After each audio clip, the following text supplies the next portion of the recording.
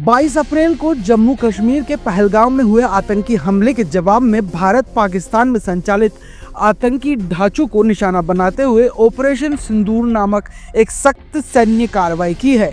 मंगलवार की मध्यरात्रि भारतीय सेना और सैन्य बलों ने पाकिस्तान के 9 अलग अलग आतंकी ठिकानों पर हमला कर उन्हें ध्वस्त किया है। इस कार्रवाई से संबंधित कई वीडियो सोशल मीडिया पर सामने आए हैं, जिनमें आतंकियों को आत्मसमर्पण की मांग करते हुए घबराया हुआ दिखाया जा रहा है। हमले के बाद देश भर में व्याप्त गुस्से को कुछ हद तक शांति मिली है। आम जनता ने इस कार्रवाई का समर्थन करते हुए सरकार से आतंकवाद की जड़ से समाप्त करने की अपील की है।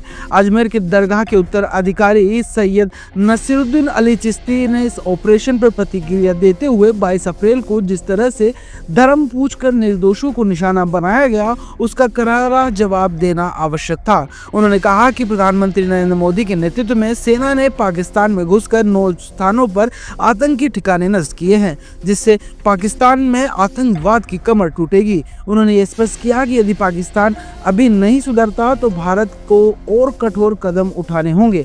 उन्होंने आम जनता से अपील की है कि इस एयर स्ट्राइक से घबराने की आवश्यकता नहीं है। ये समय सरकार और सेना के साथ खड़े होने का है। देश भर में मॉक ड्रिल आयोजित की जाएगी ताकि जनता को किसी विपत्ति स्थिति में तैयार रहने का तरीका सिखाया जा सके। भारत द्वारा उठाए गए कदम सिर्फ देश की सुरक्षा के लिए आवश्यक था, बल्कि आतंकवाद के खिलाफ जीरो टॉलरेंस की नीति पुष्टि करता है। ऑपरेशन सिंदूर से यह स्पष्ट करता है कि भारत अपनी संप्रभुता और नागरिक सुरक्षा के मामले में किसी हद तक जाने की तैयार है। इसी के तहत अजमेर में इस ऑपरेशन की सफलता पर जगह जगह आतिशबाजी कर जश्न मनाया गया। किस तरीके से आतिशबाजी की गई है?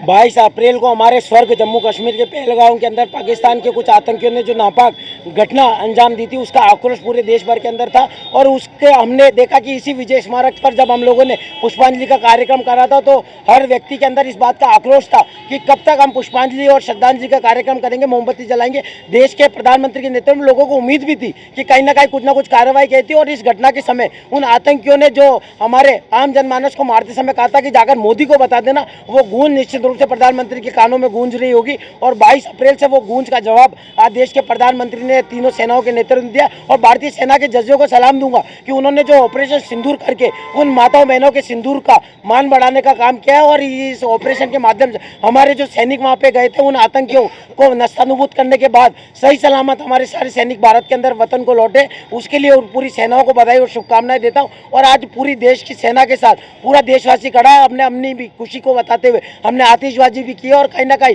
इस बात के लिए भी देश के प्रधानमंत्री और सेना को धन्यवाद कहे। अगर कभी भी युद्ध की स्थिति होती है तो पूरा आम जन देश उस भारतीय सेना के साथ खड़ा है हर परिस्थिति के अंदर। रचित कछावा।